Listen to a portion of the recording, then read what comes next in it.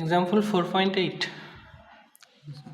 আমাদের এখানে 32 ভোল্টের একটা সাপ্লাই আছে, 4 ওহম মানের একটা রেজিস্টর আছে, 12 ওহম মানের একটা রেজিস্টর, 2 অ্যাম্পিয়ারের একটা কারেন্ট সোর্স, 1 ওহম মানের একটা ভোল্টেজ সাপ্লাই। এটা হচ্ছে এবি টার্মিনাল। আর এখানে আমাদের আরএল লোড রেজিস্ট্যান্স আছে। তাহলে এইটাকে তোমার প্রশ্ন হচ্ছে যে ফাইন্ড থেভেনিন ইকুইভ্যালেন্ট সার্কিট, টিআইসি ভিএনআইএন, থেভেনিন ইকুইভ্যালেন্ট সার্কিট।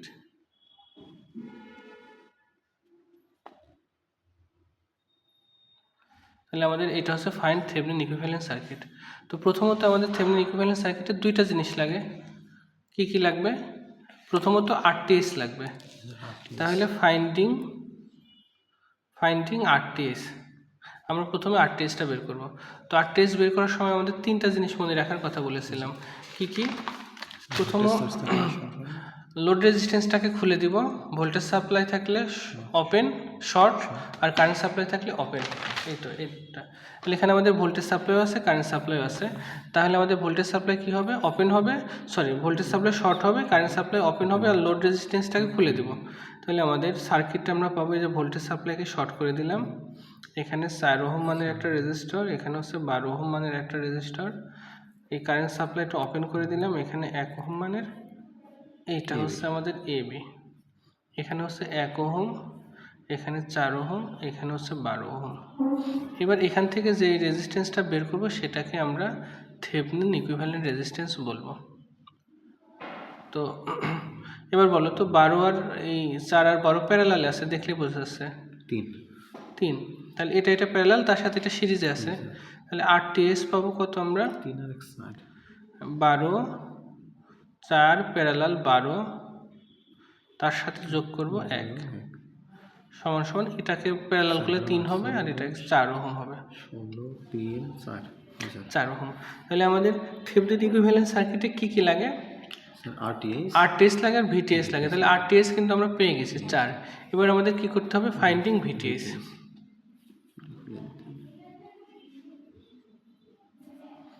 তো ভিটিএস বের করার সময় কিন্তু একটা প্রসিডিওর, তোমার আরটিএস এর ক্ষেত্রে তিনটা জিনিস, লোড রেজিস্ট্যান্সকে খুলতে হবে, voltage supply short, current supply open, এই তিনটা প্রসিডিওর। কিন্তু আরটিএস এর ক্ষেত্রে জাস্ট একটা, লোড রেজিস্ট্যান্সটাকে খুলে দিব, খুলে দিয়ে ওই দুই টার্মিনাল থেকে আমরা ভোল্টেজটাকে বের করব। তো আমাদের সার্কিটটা আমরা আবার ড্র করি। লোড রেজিস্ট্যান্সটাকে যদি খুলে দিই তাহলে এখানে 32 পাবো, 4 পাবো, 12 পাবো, এখানে 2 অ্যাম্পিয়ারও থাকবে, এখানে এটাও থাকবে। জাস্ট এই এবি টার্মিনাল থেকে আমি লোড রেজিস্ট্যান্সটাকে খুলে দিছি। এটা হচ্ছে 32 ভোল্ট, এটা 4 ওহম, এটা 12 ওহম, 2 অ্যাম্পিয়ার, 1 ওহম। বোঝা গেল এই সার্কিটটা? হ্যাঁ। এখন আমাকে এই যে টার্মিনালের যে ভোল্টেজ, সেই ভোল্টেজটার নামই কি? ওপেন সার্কিট ভোল্টেজটাই হচ্ছে ভিটিএইচ। তো এই ভোল্টেজ বের করতে হলে আপনাকে কয়েকটা প্রসিডিউরে করতে পারেন, আপনি যেটা ইচ্ছা। আপনি এখানে মেশ অ্যানালাইসিস করতে পারেন, নোডাল অ্যানালাইসিস করতে পারেন, যদি সোর্স ট্রান্সফর্ম করে করা যায় সেটাও করতে পারবেন, সুপারপজিশন দিয়ে করলেও করতে পারবেন, যেটা ইচ্ছা। তো আমরা এখানে নোট করি, হ্যাঁ, নোডাল অ্যানালাইসিস একটু খেয়াল করি আমরা। এটা যেহেতু ওপেন হয়ে গেছে, এর ভিতরে কি কোনো কারেন্ট ফ্লো করবে? আয়ের মধ্য দিয়ে 1 অ্যাম্পিয়ার যে 1 অ্যাম্পিয়ার যে রেজিস্ট্যান্সটা আছে তার মধ্যে কি কোনো কারেন্ট ফ্লো করবে? ওপেন থাকলে কারেন্ট ফ্লো করে না। ওপেন, এটা ওপেন, আমার এদিক দিয়ে কারেন্ট যাইতে পারে, এদিক দিয়ে যাইতে পারে, কিন্তু এই 1-এর মধ্য দিয়ে কোনো কারেন্ট যাবে না। এখানে কারেন্ট সমান 0, কারণ এটা ওপেন সার্কিট। তাহলে কারেন্ট যদি 0 হয় তাহলে আমরা ভি সমান কি জানি? আই আর জানি। আয়ের মান 0 হলে ভোল্টেজ ড্রপও 0, ভোল্টেজ ড্রপটা 0 হবে। এখানে কোনো ভোল্টেজ ড্রপ হবে না, এর মধ্যে কোনো কারেন্ট যাবে না, কোনো ভোল্টেজ ড্রপ হবে না। তাহলে এখানে যে ভোল্টেজটা পাওয়া যাবে সেটাই হচ্ছে এখানে পাওয়া যাবে। মানে এখানকার এই ভিটিএস, এখানে যে কথা ভিটিএস, যদি আপনি এখানে বলেন যে ভিটিএস, এই ভোল্টেজটাও ভিটিএস, কারণ এখানে যদি কারেন্ট ফ্লো করতো তখন এখানকার কাছে কিছু কমে এখানে আসতো, এখানে 10 ভোল্ট, এখানে যদি 1 ভোল্ট ড্রপ হতো তাহলে এখানে 8 হতো তখন। কিন্তু তোমার যেহেতু এখানে কোনো কারেন্ট ফ্লো করছে না, এখানে যে ভোল্টেজটা থাকবে সেটাই এখানে চলে আসবে। বোঝা গেছে এটা? তাহলে ভিটিএস, আমি এবি টার্মিনালে যেটা ভিটিএস বলছি সেটাই কিন্তু এই টার্মিনালের ভোল্টেজ। আচ্ছা, এখন আমি এই ভোল্টেজটা যদি বের করতে পারি, এই যে এখানকার ভোল্টেজটা বের করতে পারি, তাহলে আমরা ওইটাই বলবো ভিটিএস। Thevenin equivalent voltage. তাহলে এটা বের করার জন্য আমি এই নোডে একটা নোড ইউজ করি, একটাই নোড। এখানকার ভোল্টেজ আমি ভি ধরে নিলাম, এখানকার ভোল্টেজ তো 32 আছে, আর আমাকে কি নোডাল অ্যাপ্লাই করতে হলে একটা রেফারেন্স ভোল্টেজ ধরা লাগে, সেটা হচ্ছে 0। তো আমাদের এখন একটা নোড আছে, এই নোডে ব্রাঞ্চ কয়টা আছে? 1টা 2টা 3টা 4টা ব্রাঞ্চ আছে। তো এই ব্রাঞ্চের তো কারেন্ট 0। তাহলে আমরা নোডাল অ্যাপ্লাই কী করি? নোডাল অ্যানালাইসিস কেসিএল ইউজ করি, কেসিএল ইউজ করি। তাহলে আমি 4টা কারেন্টই ধরলাম যে আউটগোয়িং কারেন্ট, এটাও আউটগোয়িং, এটাও আউটগোয়িং, আর সরি মানে আমি যে 3টা ব্রাঞ্চ আছে এটা তো 0, এটা আমার হিসাব ধরার দরকার নেই। একটা ধরলাম ইনকামিং আর এই 2টাকে আউটগোয়িং ধরলাম। তাহলে আমরা কেসিএল অ্যাপ্লাই করলে, অ্যাপ্লাইং কেসিএল যদি অ্যাপ্লাই করি, তাহলে আমাদের incoming current to outgoing current হচ্ছে এইটা আর এইটা। আচ্ছা, আমি এইটাকে আমার সুবিধার জন্য I1 I2 ধরে নিলাম, না ধরলেও সমস্যা নেই। I1 যোগ I2 ইনকামিং কারেন্ট সমান আউটগোয়িং কারেন্ট।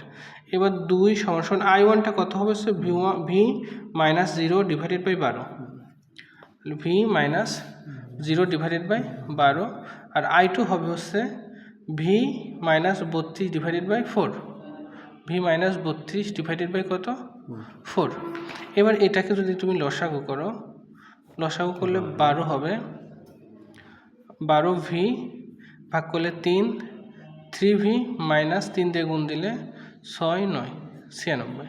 তাহলে আমি এবার বজ্র গুণন করে দিলে এটা যোগ করলে 4 ভি মাইনাস 96 সমান 12 দুগুণে 24, 4 ভি সমান 24 প্লাস 96 120। সুতরাং ভি সমান কত হবে? 30 ভোল্ট হবে, ভি সমান 30 ভোল্ট। তাহলে আমাদের থেভেনিন ইকুইভ্যালেন্ট সার্কিটটা আমরা এখানে ড্র করে ফেলি। আমাদের আরটিএস লাগবে, আর কি লাগবে? ভিটিএস লাগবে। আর লোড রেজিস্ট্যান্স যেমন আছে সেভাবে বসাই দিব। এটা হচ্ছে লোড রেজিস্ট্যান্স, এটা হচ্ছে কত?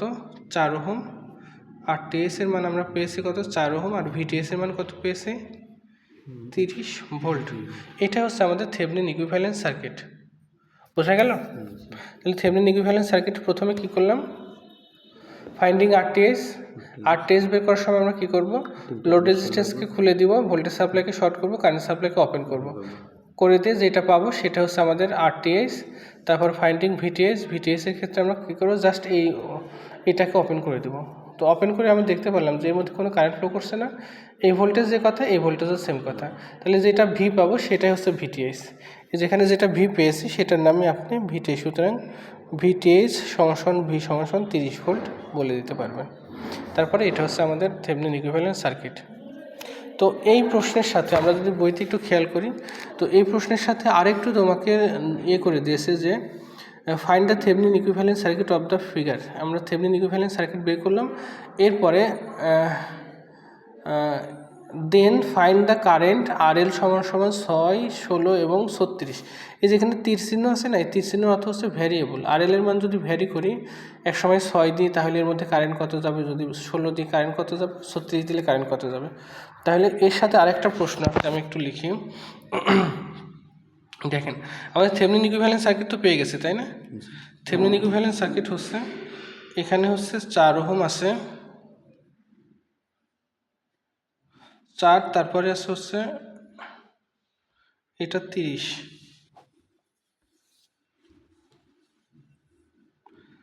4 30, এখানে হচ্ছে RL এটা, আরটিএস কত? 4, ভিটিএস হচ্ছে 30। এখন প্রশ্ন হচ্ছে তোমার RL এর মান যদি তুমি 6 ওহম বলো তাহলে কারেন্ট কত? IL সমান কত? এই যে এর ভিতরে যে কারেন্ট আছে সেটা হচ্ছে IL। এর পরের বার হচ্ছে RL এর মান যদি 16 হয় তাহলে IL কত?